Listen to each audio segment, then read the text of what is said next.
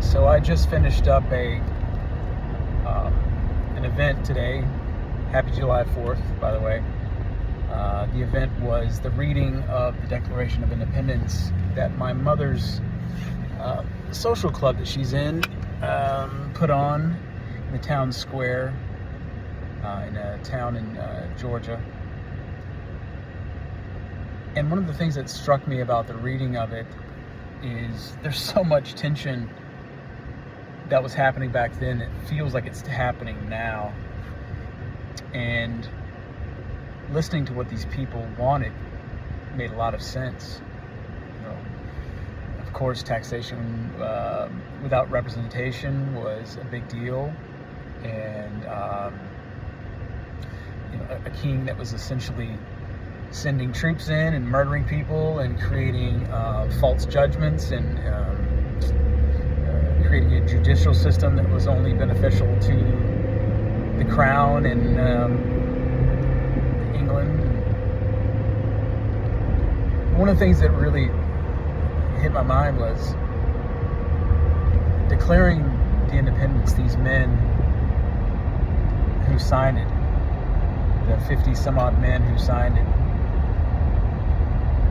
it wasn't like, yay, hey, this is exciting, now we're all independent. No, they were signing it knowing good and well that it could be their death, and that death would be better than what was happening under this tyrannical system.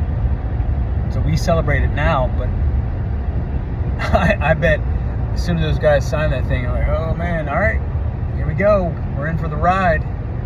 And 9 of them did die. 17 of them lost all their property. Hopefully they got the property returned to them. But it took some cojones.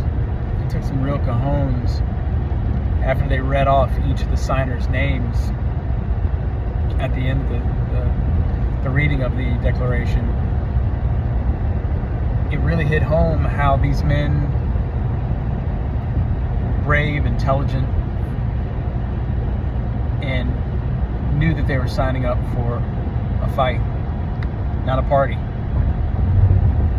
So I hope that you are celebrating this day, celebrating it in a way that's,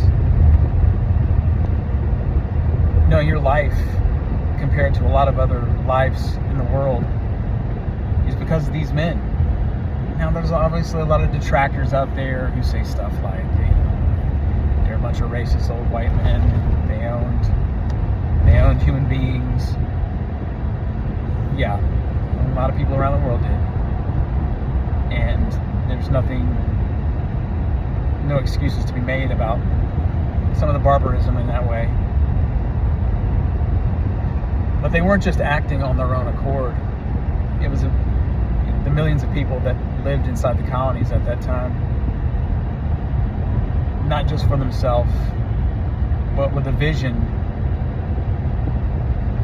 of many years, centuries ahead, that they didn't want their children, their great-grandchildren, their great-great-grandchildren to have to suffer in a certain way where they could not go after life, liberty, and the pursuit of happiness or property. So kudos to you guys from the state of Georgia. Sam Walton, Lyman Hall, Button Gwinnett. Thanks for having balls. That's it.